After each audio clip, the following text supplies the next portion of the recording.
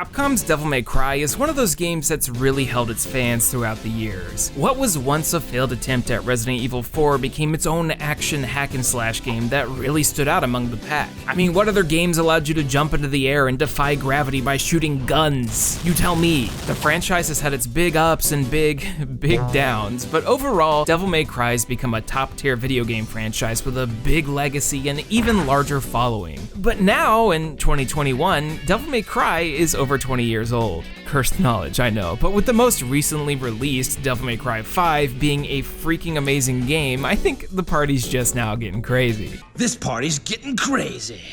Let's rock. That being said, ever since the beginning, the second DMC released, imitators began to flood the store shelves. And you might be thinking, how is a game a Devil May Cry clone specifically? Well, sometimes you just know, but I've got a few qualifiers. Number 1, a style meter. Easy enough. Number 2, an emphasis on melee and ranged combat simultaneously. Prior to Devil May Cry, we didn't have much of a choice between the two with video games, and Dante really showed his stuff while making the player feel cool for doing ridiculous combos. It was a new type of action hack and slash type of game, or if you really want to be one of those genre snobs, a character action game. But I think you'll find that the games I've picked today are about as close as you can get, some of which shameless. And no, we're not going to be talking about Platinum. That's just cheating. We're diving deep.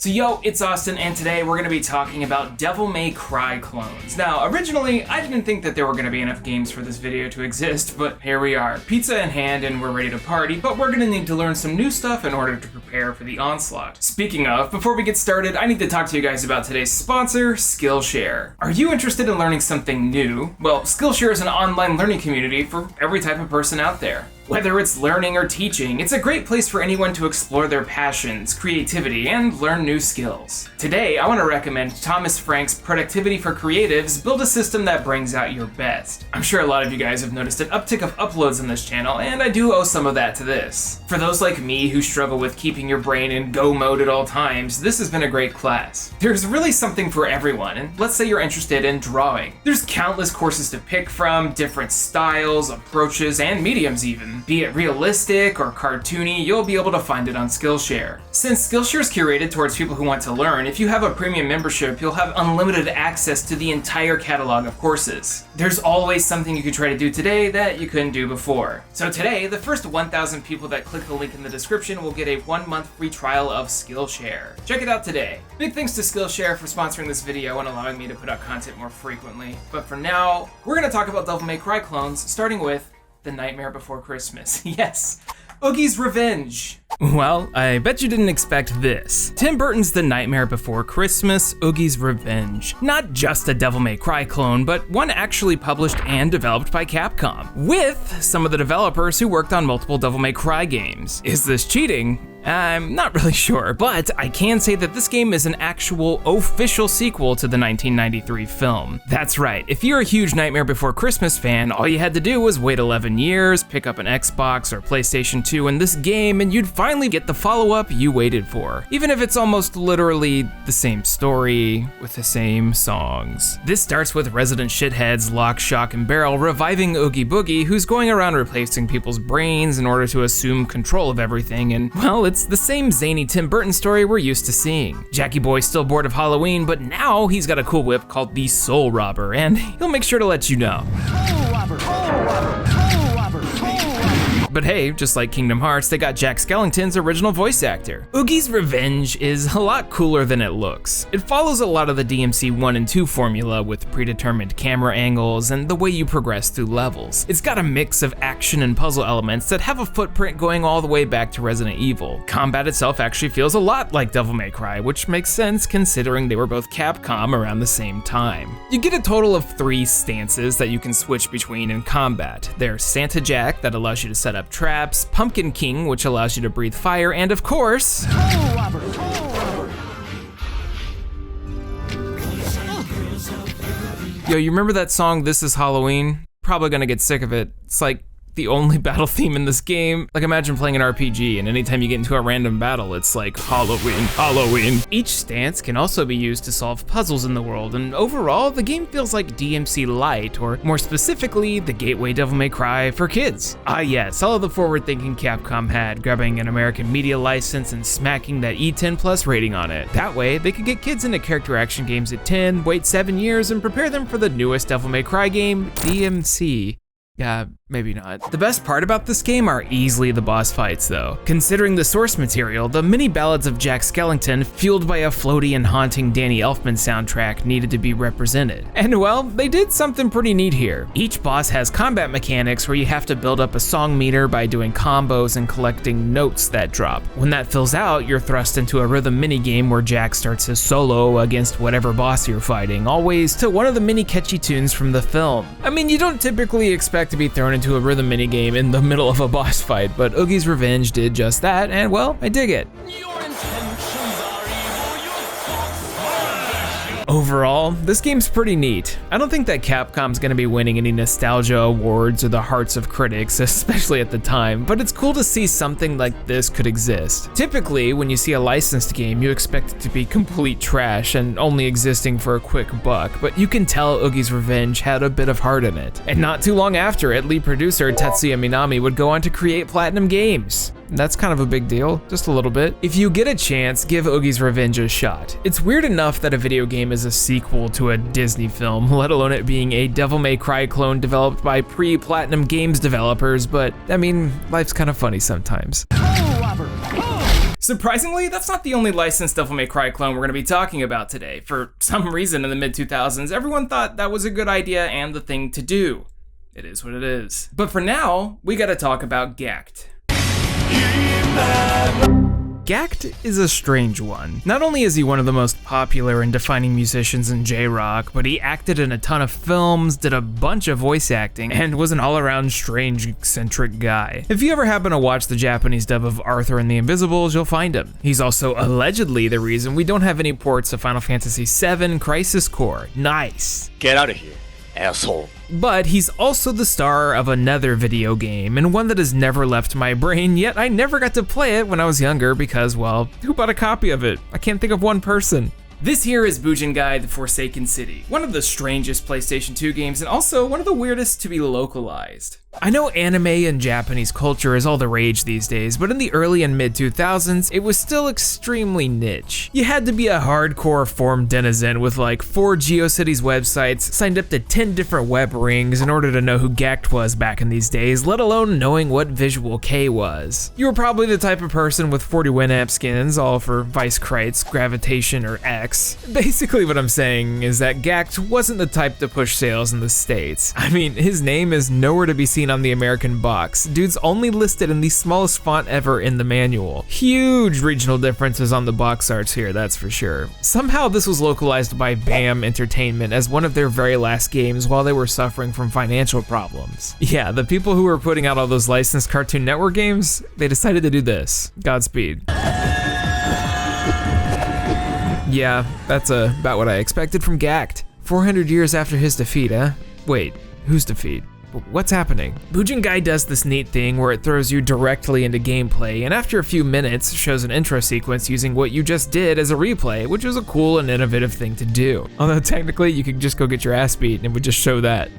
Yeah. Since this is something I'm considering a Devil May Cry clone, you can expect very, very flashy combos, lots of aerial movement, and to be graded on how cool you looked, bro. Even if it gamer shames you by calling you a beginner in the stage results. Yo, what the heck is this stylized action points? Honestly, this game's pretty cool. The combos are all very fluid, and you never really feel like you're limited by anything. The main character, Lao, has the ability to double jump, run on walls, do air dashes, and all other kinds of things with timed presses of the X button. It takes a second to get used to, but it feels really good when you get the hang of it. Your 2 basic attacks can be chained together in any manner, and you'll be swinging in every which direction forever. There's a lock-on feature and a fun parry system that lets you get really silly with it. I mean, look at this. This looks ridiculous. Gact going crazy. You'll find magic spells around in levels that'll help you extend combos or do defensive things, which you're gonna need because some of the fights are difficult. You'll fight small dudes and huge beasts that, wait, what's the name of this boss? Trogdar?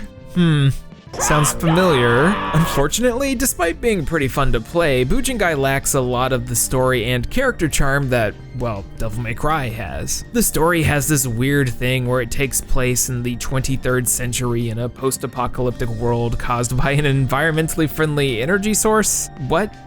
There's other characters, I don't really remember any of them. Due to a lack of an interesting story, it just feels like the battle of mythological looking designs, and well, that does work well enough. I like Bujingai. It's definitely one of those weird PS2 games that went in one ear and out the other, but how often does something like this happen? And for those who want to know who Gact is, there's a lot of special features in the game of him talking total nonsense about what defines a hero or whatever. Just pray that your game doesn't do what mine did and completely lock up the controller and make Gact run permanently in one direction for the rest of time, where he then died, the game soft froze, and the camera slowly zoomed out forever. Hello? Can I play?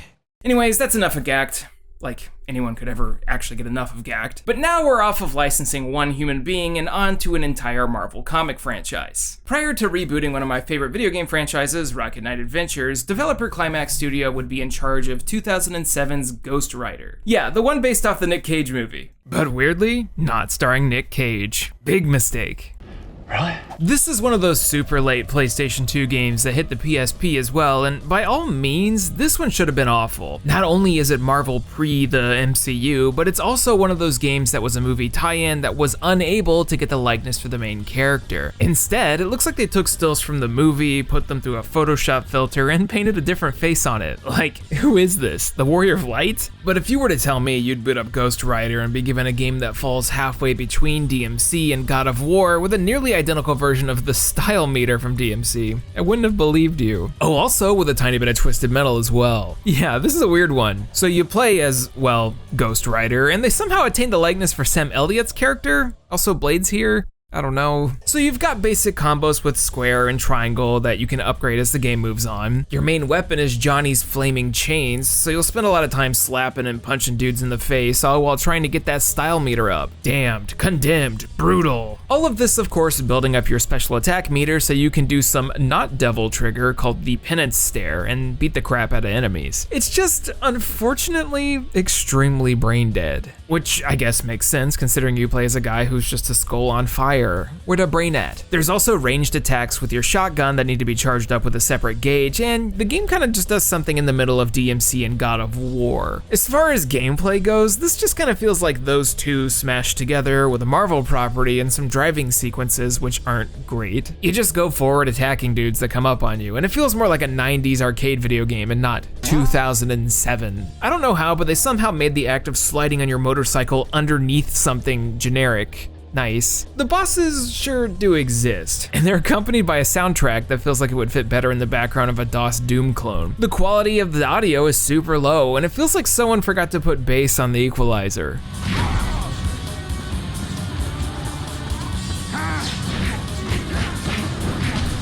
As a whole, Ghostwriter's not an awful game, but when it came out, there was a lot better, be it original or licensed. I mean, heck, there's better games in this video. By all means, Ghostwriter is a hell of a good candidate for a DMC clone. They just didn't really stick the landing, and instead gave us a slog that feels closer to a ripoff of other games, all accompanied by Mr. Not Nicolas Cage. You're a bad man. I don't really know how, but Ghostwriter ended up being one of the select PlayStation 2 greatest hits. I guess people just buy anything. Next up, we've got another licensed PlayStation 2 Devil May Cry clone based off of a superhero. Crazy, right? We talked about him a bit last time, but once again, there is another Spawn game to cover. Spawn Armageddon. Here we go again. Last video we talked about Spawn in the Demon's Hand for the Dreamcast, and I didn't realize we'd be making a lap so soon. Everyone's favorite little Hellspawn was the star of a bunch of video games in the 2000s, and Spawn Armageddon would be his next and final one.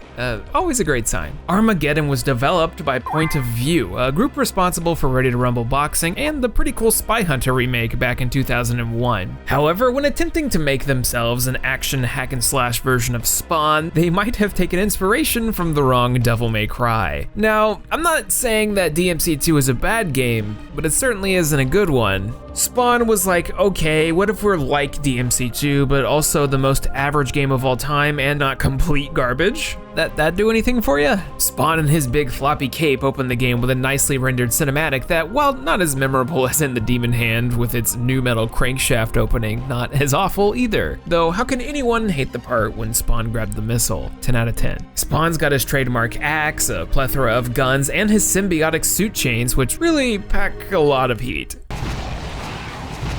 As you play through each level, you'll unlock little bits and pieces to view in a gallery like comic book covers or concept art. You get rated on your performance, but that's about it. Each level is kind of the same thing, a point A to point B romp with lots of enemies to fight, most of which you can shoot from a distance without worrying. But at least the environments are interesting. They have the 90s comic book vibe, that Todd McFarlane direction that makes you feel right at home. It's just stuck inside of a run-of-the-mill action game with really generic gameplay that lacks depth. The symbiotic body chains end up being just as strong, if not better, than most of the guns you'll find, so expect to be looking like this quite a bit. Unlike the Dreamcast game, there's a story going on that involves Spawn on a revenge mission that also maybe involves the fate of the entire planet. You know, normal video game stuff like being dragged into hell. Yeah, although some of the weapons you do find are neat, like the miniguns and grenade launchers, because let's face it, who doesn't like explosives in these type of games? You can upgrade your weapons with a soul-looking currency, buy ammo and increase your health. There's also necroplasm, which is basically your magic meter. It's got all of the makings of a game trying to emulate something a lot more popular and successful, and for a licensed title, it certainly brings the thunder a lot more than, say, Ghostwriter. But just like Devil May Cry 2, the game lacks a lot of the challenge and exciting combat necessary to bring it to that next level. Plus, Spawn runs like he has a full diaper.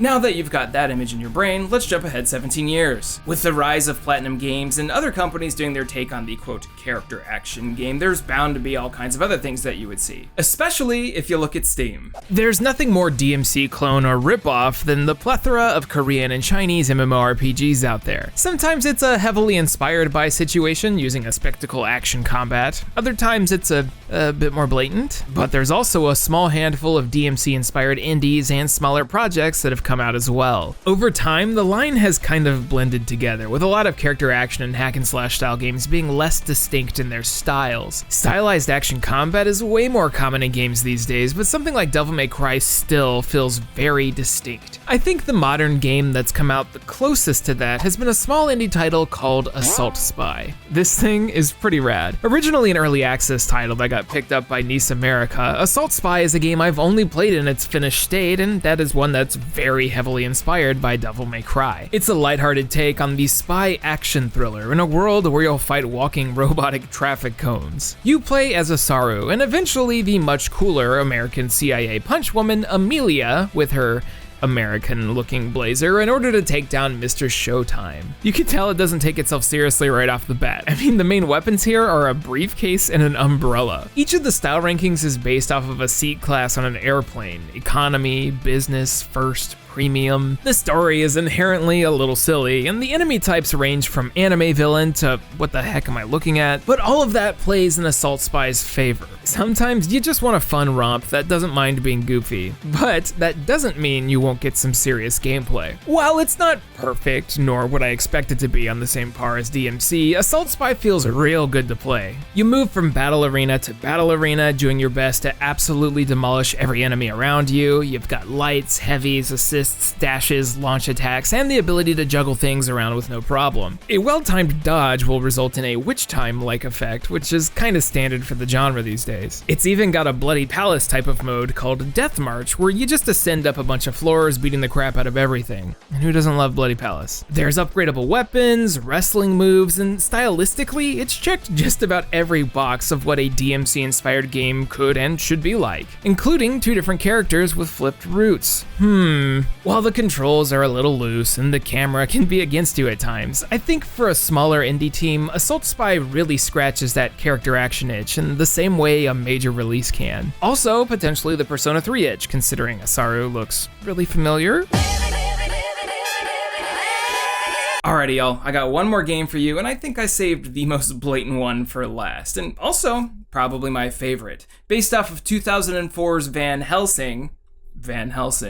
Based off of the Hugh Jackman movie. Yeah, That one. The one directed by Stephen Sommers, the dude who brought us the Mummy trilogy and CGI Dwayne. Movies that I loved, by the way. Brendan Fraser, so good. Likewise, so was Hugh Jackman. So when Van Helsing was on its media marketing blitz, of course, Universal was going to push to get a video game made. One that actually had Jackman in it, and one made by Sapphire, a company with a strange mix of developed games. Remember that James Bond Zelda clone? You know it. It's just, oh, so unfortunate that the Van Helsing movie was not received well at all. I've never seen it myself, and I imagine it would be difficult to mess up a film about a vampire hunter who wants to kill Dracula, but here we are. The game, on the other hand, has gone on record as a better than average time. Hell, the wiki page says, quote, "Many critics state the game to be better than the film it's based on."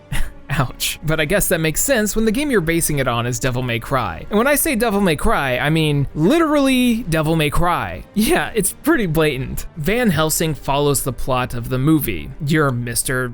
Van Helsing, and you're hunting monsters. Now, I do like the aesthetic here. The gothic kind of Victorian vibe with a hint of steampunk. The advanced looking gadgets put into the world make it feel really alluring to me, and Van's weapon set reflects that really well. But rather than a giant sword to start with, he uses his two circular Tojo blades, almost looking like Dark Sector. As you play through, you unlock more weapons and combos, all of which can be chained together in a way that feels way more advanced than this game should. You'll start with 2 pistols, eventually getting yourself a shotgun, a crossbow, and whatever the heck this bad boy is. You make your way through lots of caves, castles, and winterscapes in order to eventually find and beat the crap out of Dracula. And you do so while doing this.